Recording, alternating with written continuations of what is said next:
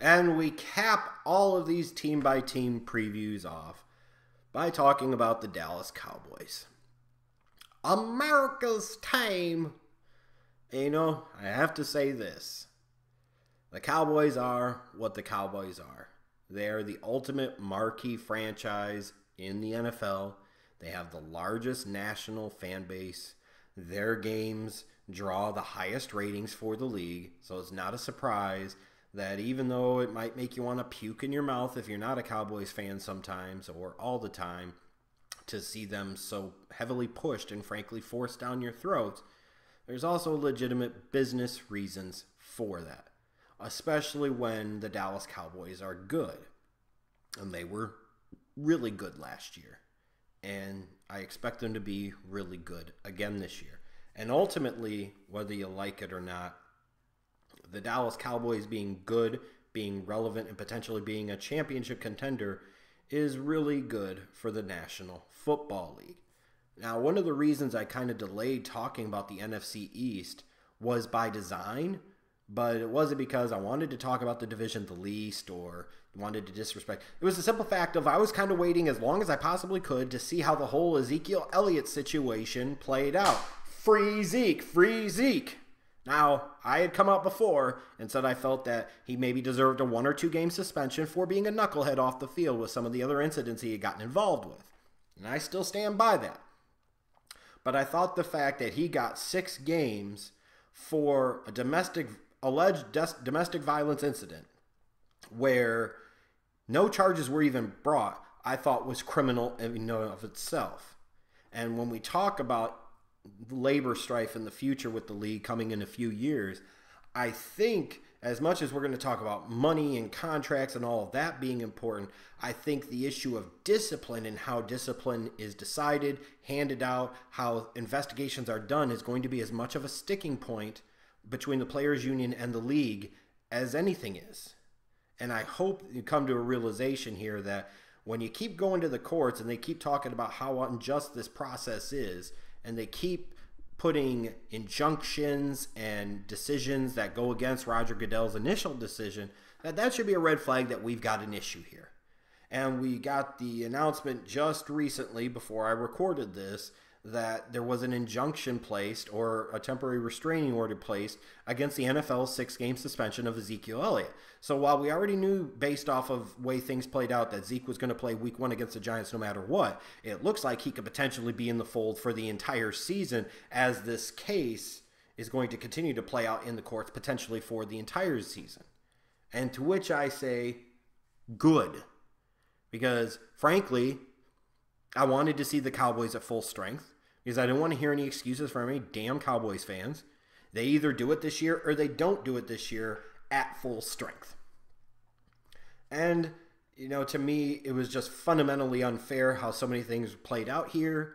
So to me, it feels like in some small way, some type of justice was served. And when you look at this Cowboys team and the way it's designed, I really get that blast back to the 90s for those great Jimmy Johnson-led teams. Dak Prescott is like Troy Aikman. He's not the most spectacular guy, but man, he's a difference maker. And when he comes into the fold, the organization eventually changed because of it. And Dak, you could say, obviously had a much bigger impact as a rookie than Troy Aikman did in his rookie season in '89, where the team won 1 game and he wasn't even the damn starter for that. But Dak is that guy that, like I said, is not spectacular, but he's a guy that plays big in big games. He's a natural leader like Aikman was, and they both have a propensity for showing up clutch. Ezekiel Elliott is Emmitt Smith, but bigger, faster, and stronger. Excuse me, still trying to get over this cold. Dez Bryant is like Michael Irvin, minus some of the alpha dog tendencies of Michael Irvin. Jason Witten is kind of like Jay Novacek, only better. That reliable, sure hand at the tight end position, that well-rounded, complete player. And the offensive line of now is at least equivalent to that great, legendary offensive line of the Cowboys in the 90s. And I argue, especially if Lyle Collins starts at right tackle this year and plays like the former first-round talent that he once was, and Chaz Green, the former third-round pick from Florida, acclimates himself to the left guard position, this is going to be an offensive line that is better than the Cowboys offensive line of the 90s, and we might eventually get to the point where we start thinking about this offensive line as being the best unit in NFL history. And it's impressive stuff. And there's no coincidence here that as the offensive line was great in the 90s, the Cowboys were great. As this Dallas Cowboys offensive line is great now, imagine that. Your team is great now. And you think about that. You've got the three amigos of the 90s with Troy, Emmett, and Michael. Now you've got Dak, Zeke, and Dez. And Witten over Novacek. I mean, three amigos and more. So when you look at this team, there's a lot to like on paper, especially offensively. Like I mentioned, that offensive line is borderline legendary stuff. And if Lyle Collins and Chaz Green play well, who the hell is going to touch Dak?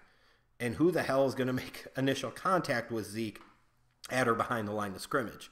Then you look at the three amigos of Dak Prescott. Now we're getting into year 2. I would expect a little bit of the governor to be taken off of him this year. I don't see any reason why he wouldn't continue to progress and grow and develop as a quarterback. Because even when you look back at that kind of bitter loss in the divisional round to the Packers at Cowboy Stadium, or excuse me, AT&T Stadium, you know, the Cowboys went down big early, but Dak brought them back.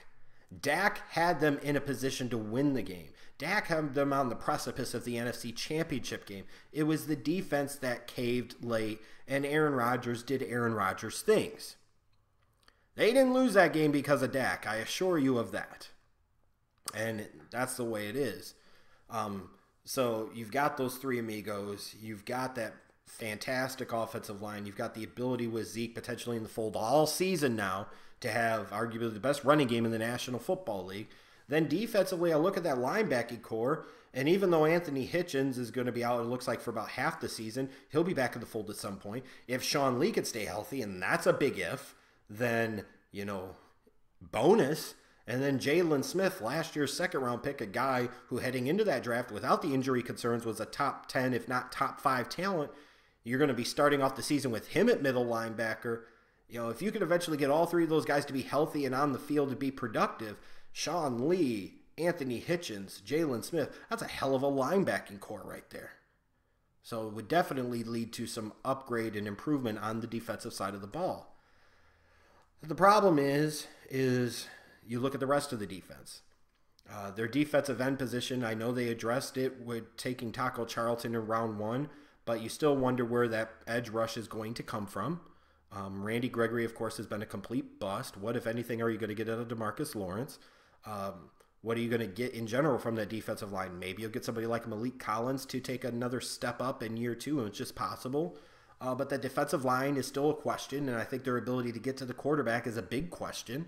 And their secondary, which already wasn't great to begin with, loses Barry Church in free agency, loses Morris Claiborne in free agency, and while those aren't household names or superstars, those were guys that I thought played well, especially in the case of Claiborne, had by far his best season in his first 5 years in the NFL in 2016, coincidentally in a contract year. The secondary is going to be a big concern for me. Are they going to be able to hold up against teams that can throw the football? So in a lot of ways, it's going to come down to, can that defense improve? And how much does Dak Prescott progress and improve? You know, a lot of it right now based off of Dak is based off of 1 year where the team did a really good job of kind of accentuating his positives, hiding his negatives. It's also very easy when you've got that great offensive line, you had Ezekiel Elliott in the running game, Dak could more effectively pick and choose his spots. At some point in time, though, you're going to naturally have to put a little bit more on his shoulders. And is he really going to go through another entire NFL season as a starter where he only throws 4 picks? I mean, I think that's a fair question. You know, what happens if he struggles early? What happens if he turns over the ball a little bit more? Now you've got Tony Romo out of the fold, so there's no doubt it's Dak's team, and that in and of itself could be a positive. He doesn't have to worry about looking over his shoulder. He doesn't have to worry about anything here or there or anywhere, but how much is he going to progress in his second year? In terms of players to watch, I look specifically on the defensive side of the ball. I look at Taco Charlton, this year's first-round pick. God, it would be nice even if they could get 6 sacks out of him as a rookie. If they got 6 sacks out of Taco Charlton in semi-full-time duty, that would be a big upgrade to that team's pass rush. And then Jalen Smith. Here's a guy, you got a first-round talent in the second round because of the nerve damage to his leg.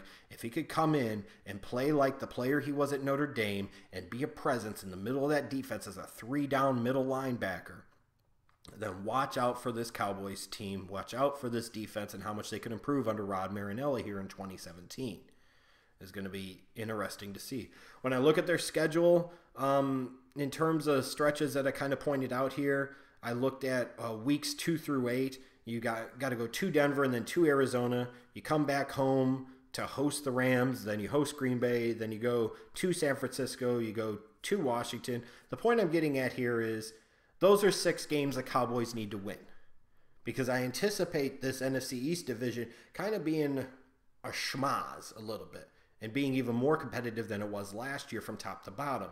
With that said, I could see with the Cowboys now not being in a last place schedule like they were in 2016, but a first place schedule in 2016, that means they have to play 2 former first place teams from other divisions. Excuse me, I could see things getting a little bit tougher for them. So it'll be important early on with Zeke in the fold to sit there. And I thought weeks 2 through 8 were already going to be critical if Zeke wasn't there. How are they going to be able to handle business with Zeke potentially suspended? What are you going to do with Darren McFadden and maybe Alfred Morris as your running back duo in that offense, behind that offensive line? But I still think now, and you could throw in week 1 against the Giants, but I was pointing to these 6 specific games where I feel like from a mentality standpoint, the Cowboys need to beat the Giants in week 1. I think right here, if they do beat the Giants in week 1, these next 6 games are going to be really important in terms of building some momentum and kind of establishing their supremacy in the NFC in the regular season. It also is going to be important if they lose week 1 to come back and rebound strongly and get that taste out of their mouth as quickly as possible. And then you look at their last 4 games of the season. This could be a tough road to hoe, as 3 of the last 4 are on the road. Got to go to New York and play the Giants. You got to go to Oakland and play the Raiders. The one home game you got, yay, congratulations, good luck. This is going to be a monster in week 16. They got to host Seattle, and then week 17, you could potentially have Philadelphia playing for their playoff lives. You're also talking about a divisional game on the road. You never know how that crap could play out. So if the Cowboys have a first-round bye, home field advantage on the line here, and the Eagles have something on the line here, or even if they don't, that could be a real danger game for the Cowboys too. Ultimately, I think the road is going to be just a little bit tougher to hold this year. I think it's really hard to repeat going 13-3 back-to-back seasons. But I still expect this Cowboys team to be legit and be really, really good. And again, if they can ever have all 3 of their linebackers, Hitchens, Lee, and Smith, healthy in that linebacker core on the defensive side of the field, then this defense should be improved, especially if they get absolutely anything at all out of Taco Charlton. I think this is an example where they could only win 10 or 11 games, which is what I think they'll do, 11 at most, though they could still win that division, but actually be a better, balanced, more complete team. And when I look at this team now, they remind me in a different way of the 2013 Seattle Seahawks, where the Seahawks had that dominant defensive unit. And then you had Russell Wilson, the mid-round quarterback, that was overlooked because of this or that or the third. He was in his second year. You had Marshawn Lynch, and frankly, he didn't have a whole lot else on offense. You look at the Cowboys, it's kind of like the reverse in some ways. They have that dominant offense in terms of the best line in the league. You have arguably one of the best running backs in the league. You have some talent on the outside. You have an offense that could score points with anybody. And in terms of the defense, it's about the Jalen Smiths of the world and the Byron Jones of the world, the Taco Charltons, the Malik Collins, and other guys needing to step up. But there are a lot of things here where the Cowboys last year got to the divisional round, just like the Seahawks, if I remember correctly, in Russell Wilson's rookie year, lost to Atlanta in the Georgia Dome in the divisional round in a close game. They came back the next year and they handled business and they went to the Super Bowl and won it. It just feels like that's what the Cowboys could do. And if I look as much as anything, because of their style, because of what they can do, if there is a team ultimately, as the whole season plays out, and as you get to the playoffs and everything else, if there was one greatest threat to the New England Patriots as everything plays out, I still feel like this year it's the Dallas Cowboys.